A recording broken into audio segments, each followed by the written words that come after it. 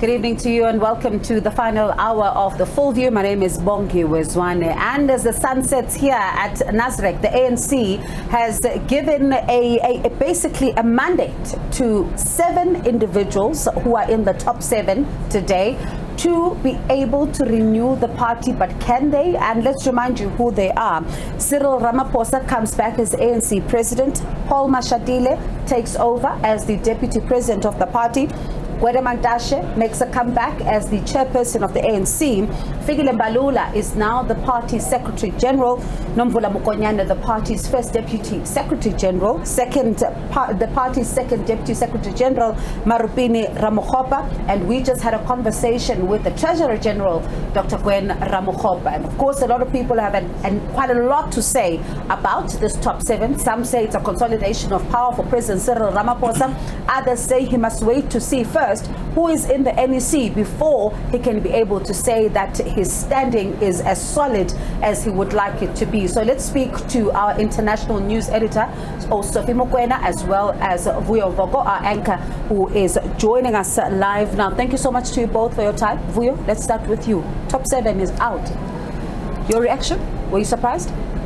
Well, not really. Well, there were a couple of surprises, but I mean, at the end of the day, it's about who worked the hardest, and I think there's one individual that President Cyril Ramaphosa really has to be grateful to, and that is his chairperson, Gwede Mantashe. I mean, he was perhaps the most powerful force. He's bold, but also because he understands the inner workings of this party. So he has a wealth of experience that really was perhaps the biggest asset of Cyril Ramaphosa's slate. Some said, though, he was a bully. Well, you cannot achieve what he managed to achieve. They would not have pulled it through if Gwede Mantashe wasn't the bully that people say he is. Oh, Sophie, you know, last night, for the viewers who, you know, we'll give them a sense of what we were seeing, there was a mood that things were so tense that it could go either way, and some saying we have the numbers, saying the numbers are numbering, and we are rock solid. We are taking on the Ramaphosa campaign through and through. It was so, if it was anything to go by, what we were witnessing on the ground, it could have been anybody's guess as to how this was going to go. But today, the result is what we saw when nominations were released. For me, I don't think there were no indications that Ramaphosa will emerge victorious. One, this is a second term. It is very difficult to unseat a sitting president in the country or in the party. Secondly, already when he came here, he had endorsements of many provinces, and therefore he was ahead. Yes, yesterday there was a mess when some of the provinces made pronouncements in terms of them pulling out or not supporting him, but they were divided, and therefore it was too late for such decisions to be taken. A person like the former chairperson of Mpumalanga, of Limpopo, miscalculated. You don't make changes in such a short space of time when people are already voting. You'll recall I even spoke about the Treasurer General position, the former chairperson of the chairperson of Eguruleni, when he took a decision to announce that he's pulling out, his name is already on the ballot. So I think signs were there that he was going to pull it, but as Vuyo pointed out, he needed someone who can regroup with the rest of the people who were at the forefront pushing his name, but also someone who was brave and to say, we are going to soldier on. In fact, I mean, I dare say, in Stan Matavati's case, was caught between a rock and a hard place. He desperately wanted the position, but the slate didn't give him, or was not keen to give him what he wanted. Hence, he then, for all the selfish reasons, decided to throw his lot with, the other group, albeit at a very, of course, they didn't, nominate Mkhize and nominated him, right from the beginning, but he was prepared to go with these ones, provided he was going to be sorted, which he didn't get. And others have said that is an own goal in and itself. And also, coming back to a point, when one really looks at what the Electoral Commission pronounced, when they showed us just the numbers and the nominations in and itself, and then you listen to last night, people say, no, we've got the numbers, we're taking them on. You've covered conferences, many of them. This misreading, where does it come from? Because certainly when you listen to them, they were confident. They said, we have unseated him. And some of them even tweeting saying, be prepared to call him former President Cyril Ramaphosa. It is the provincial leaders and the regional leaders. They miscalculated. And they tend to forget that the branches will take a decision. And that's what the branches have done. They've cemented their authority. They are a very important component of this organization. When they talk about Amandla Asemasebi, that's where you have the real power. And therefore, that's why some of them were saying to the leadership, provincial leaders or regional leaders, you're not going to tell us. This is the mandate we got from the branches. We are not going to defy what branches told us to do when we arrive here at the conference. Do PECs understand this for you, though? No, look, well, the truth of the matter is that the lobbying does take place, right? And people do secure victories. It's just that the other side's victory wasn't enough. In other words, it didn't give them the requisite numbers. But if you look at the numbers that were announced by Khaliwa Motlanthe and his committee, and what Zweli polled this morning, they did make gains, but there was just nearly not enough.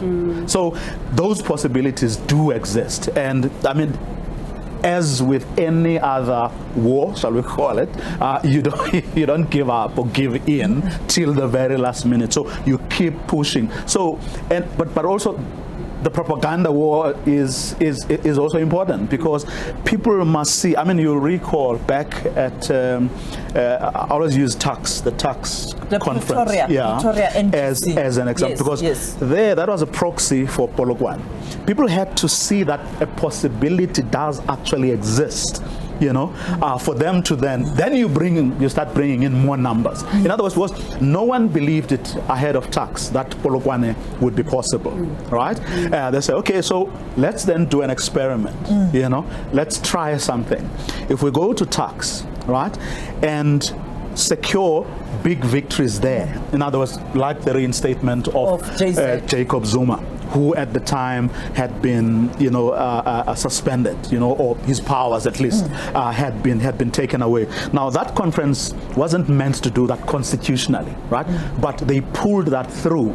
It was a test case for what was going to happen. So the doubting Thomases, so to speak, who were keen to throw their lot with Jacob Zuma, right? Then realized, but actually this is indeed a possibility. So let's go for it, and they went for the kill. So you do that with every other conference. So it's not necessarily or a complete misreading of the situation. Possibilities do exist, because in the run-up you are able to mobilize other people and rally them behind you.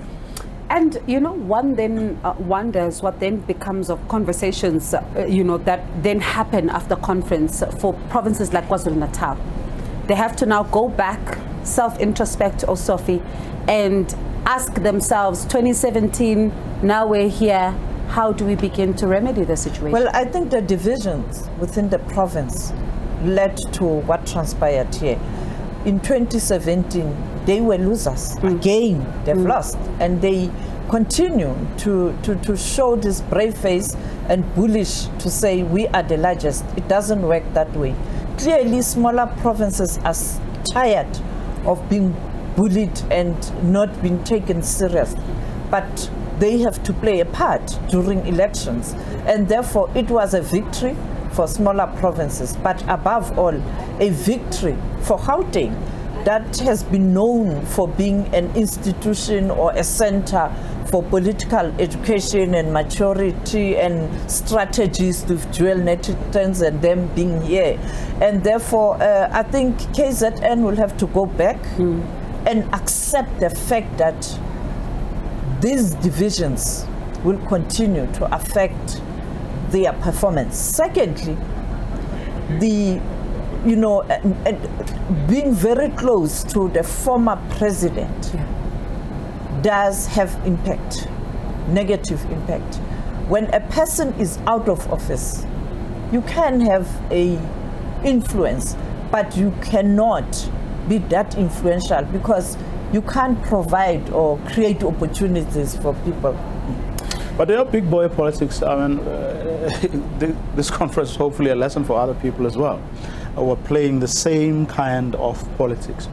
Oscar Mabuyane, played that card that I'm here bringing a big constituency, and then started wanting to dictate terms, in other words, which were not necessarily in the interests of the slate, because he said, I'm bringing, what is it, Lamola or whoever, bringing to the party.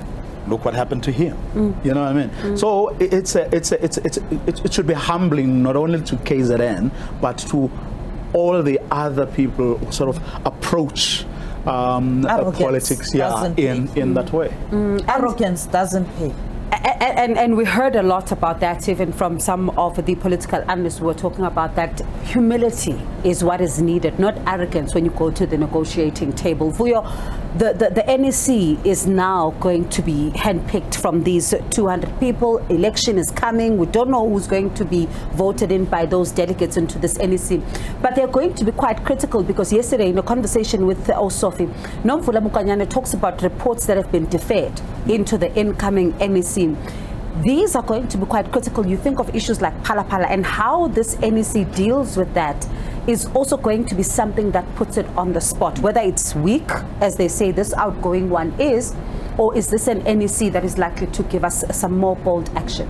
Well, I mean, there is the concerted effort, obviously, as is always the case, where the losers try to consolidate at NEC level. For example, what's going on now, or supposed to be happening, inside you have people like your Andre Lungisas who are hoping that plenary is going to overturn those decisions. Now people like them can then be eligible for and they're wounded. But not only are they wounded, but I mean there are people who are pinning their hopes on people like them that they would represent their interests within the National Executive Committee. So yes, the composition of a new AEC is going to assist or not assist this newly elected group of officials, depending obviously on who is it. So there's going to be a big scramble and it does happen. Look at Panyaza Lessufi in Gauteng as an example, right?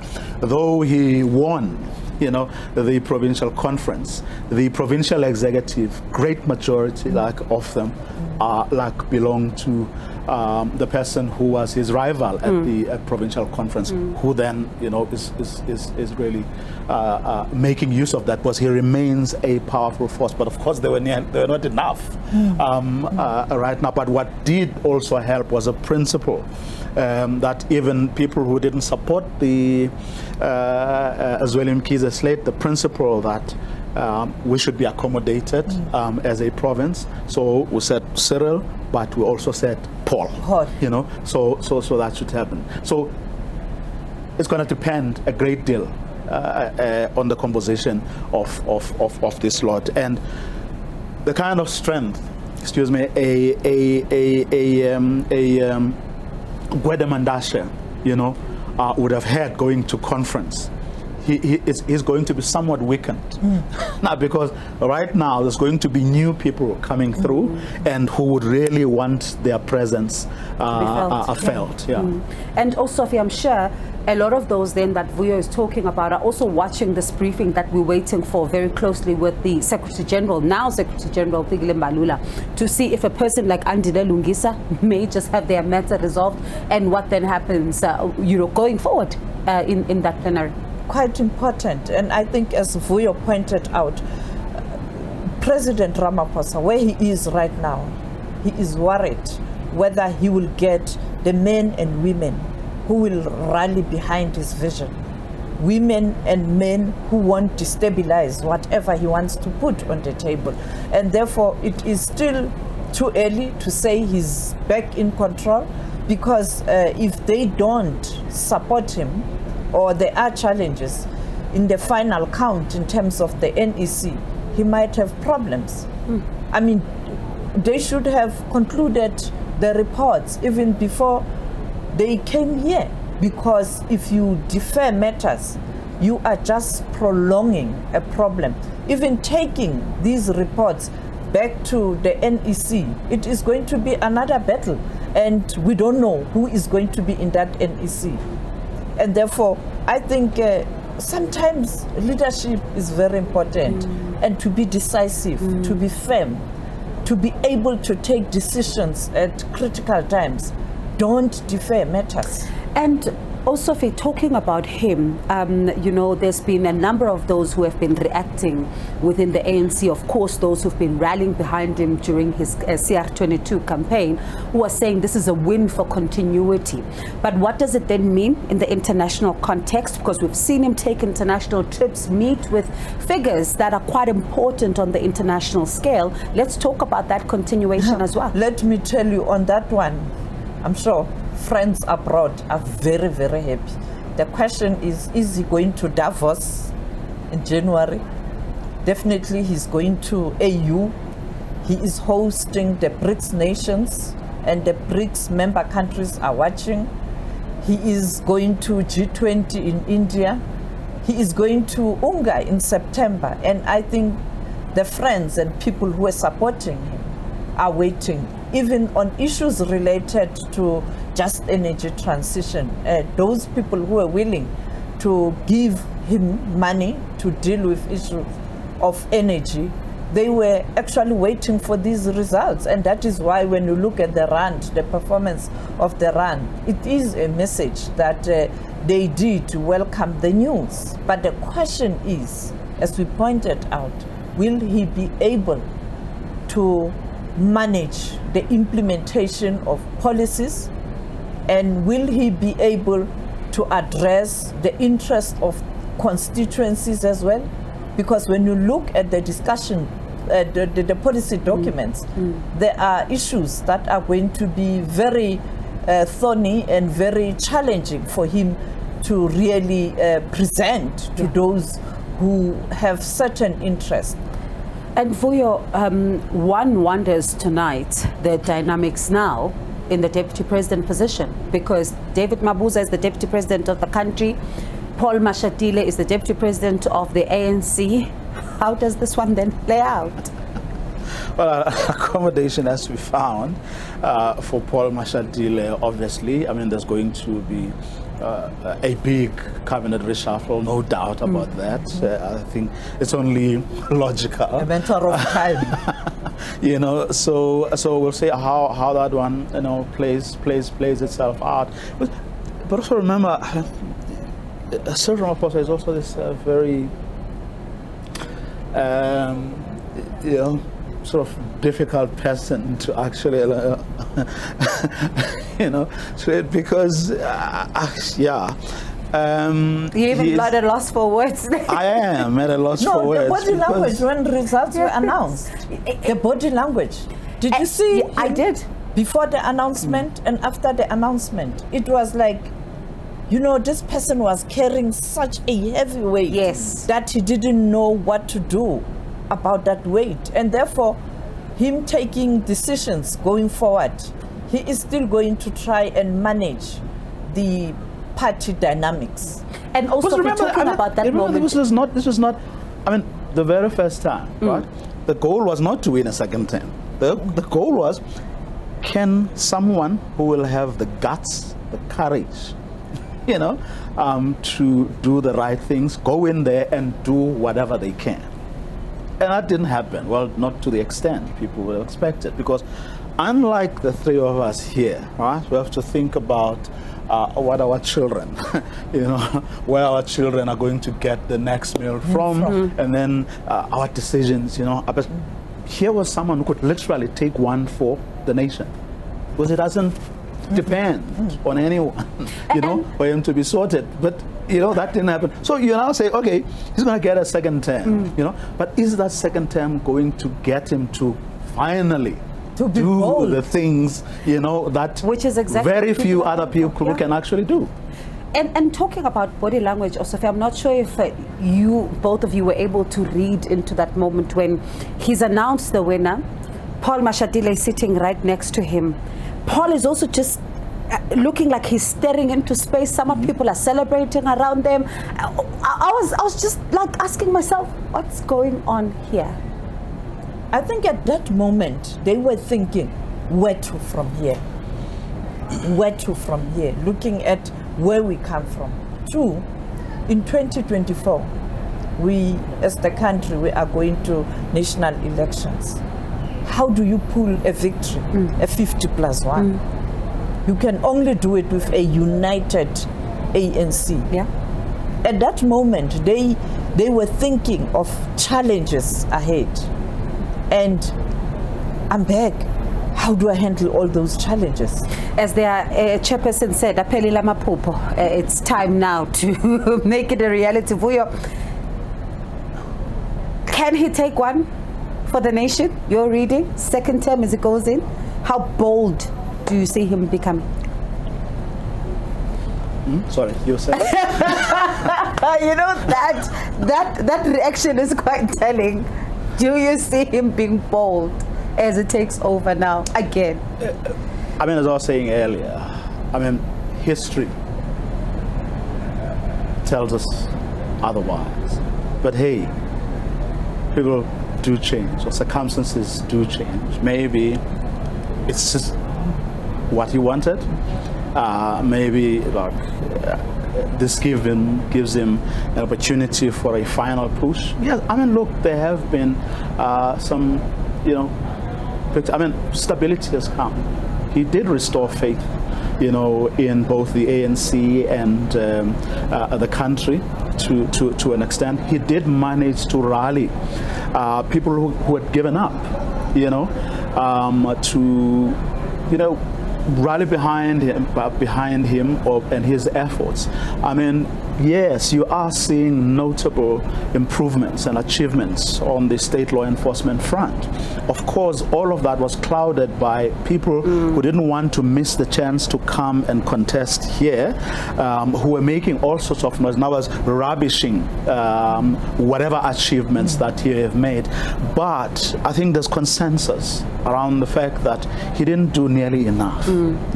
Even vulnerable as he perhaps was, as in the run-up to the conference, there's consensus around the fact that he could have done a lot more. All right, let me thank you both for letting me drink in the well of this institutional memory. The viewers appreciate it. I appreciate it. That is our international editor, Sophie Mukwena, as well as Vuyo Mvogo, watchdog anchor. And Vuyo is coming back on air a little later on, and that's where I leave it for tonight. Thank you so much for keeping us company here at Nasrec. We're not done. Vuyo is coming back with a lot more from this evening, but let's take a short break. When we come back, Iman continues with the very latest.